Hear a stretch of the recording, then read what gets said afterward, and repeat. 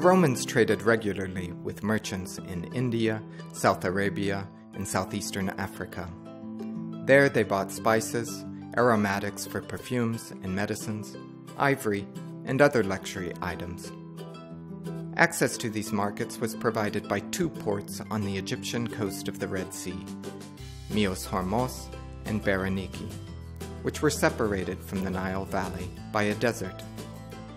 The Eastern Desert, as it is called, was home also to important mining sites, including emerald, gold, porphyry, and granite quarries.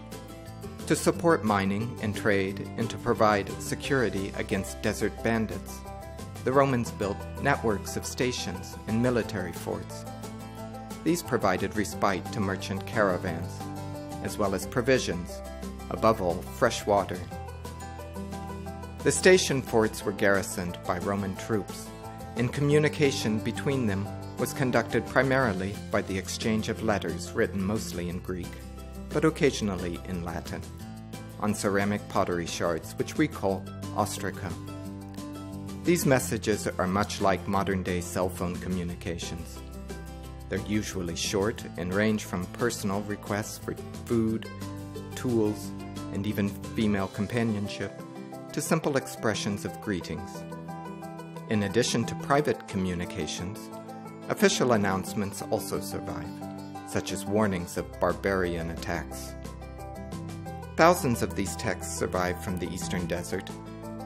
Conditions for preservation have been so good that excavators even found a letter and its response at two separate stations which are located about 50 kilometers apart, along the road from the Nile Valley city of Koptos to Berenike. The first letter was written at Xiron on the 24th of the ancient Egyptian month of Missouri, late July-August, by a soldier named Longinus.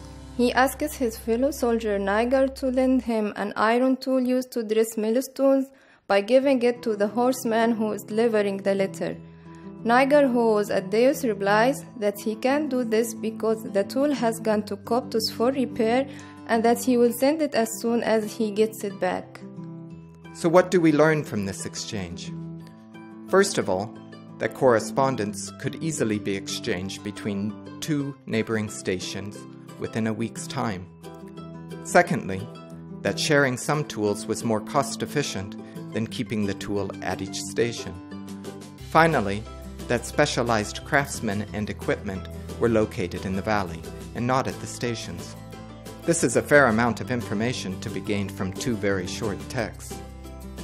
The desert preserves not only ostraca but other textual materials, such as papyrus, stone, plaster, and even eggshells, and ongoing excavations constantly bring new evidence to light.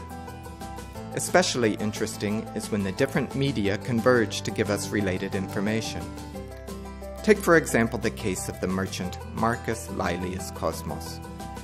On July 30th, 51 CE, he made 3 offerings to the goddess Isis, probably in the form of statues, on behalf of his ship's crew and in thanks for a voyage. We know this from 3 Greek inscriptions found in 2018 in the temple of Isis at Berenike. It turns out too that we know more about Marcus Laelius Cosmos. An ostracon dated 10 years earlier, May 25th, 41 CE, which was first published in 1930, also mentions him, saying that his account should be credited with the shipment of wine. That text doesn't say that Marcus Laelius Cosmos is a merchant, as we now know. Moreover, the number and large size of the new inscriptions suggests that he was a man of some status, something that wasn't obvious at all from the small ostracon. We can never underestimate the potential historical value of ostraca on account of their humble appearance. This fact is illustrated also by a fragmentary ostracon that preserves the ending of a private letter. It was found in a garbage dump at Berenike in 2018. It reads, "And buy me also 2 minas of bdellium. Farewell." Bdellium was a resin imported from India for medicines and perfumes. We know about it from the Periplus Maris Erythraei, a 1st century Greek treatise about Eastern trade. The reference to bdellium shows that some Indian imports were actually unloaded and sold in Berenike, and not, as usually assumed, transported immediately to the Nile Valley, and from there to Alexandria and other places in the Mediterranean. Thus, 5 short lines preserved on a broken shard found in a garbage heap challenge long-standing historical assumptions derived from loftier sources.